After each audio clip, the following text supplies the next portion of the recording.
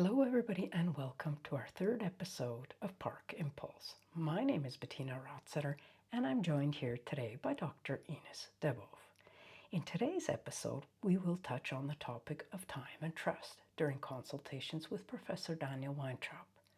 For neurologists, residents, or anyone working in movement disorders, this episode is a pause and think moment. Are we catching what really matters? Dr. Debove reflects on this challenge from the perspective of a neurologist facing real-world time constraints during consultations, which are often short and motor symptoms take priority. But what about symptoms patients don't talk about? The ones hidden beneath shame, stigma, or simply not recognized as part of the disease. Impulse control disorder in Parkinson's disease are exactly that, behaviors that are often disruptive, distressing, and deeply personal.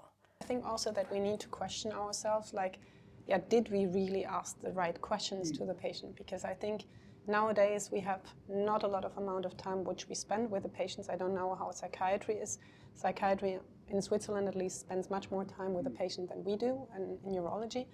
So I think to talk about these, I would say, really taboo themes which are part of the ICD group is very difficult if the patient doesn't trust you. So can you build up trust in such a short amount of time, even though you ask these questions? So Right. I agree. I think being a movement disorders neurologist or treating someone with Huntington's disease, like these incredibly complex neurological, psychiatric, cognitive disorders is so hard to do, and particularly in the modern healthcare climate where there's so many symptoms to cover in such a short period of time.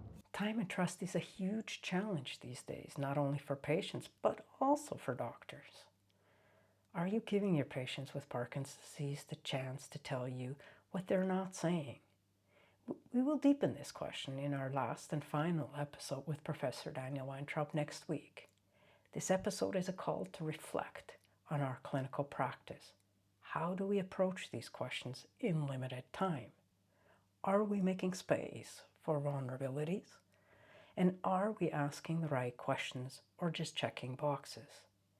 Impulse control disorder like compulsive gambling, hypersexuality, or binge shopping are often hidden, dismissed, or denied.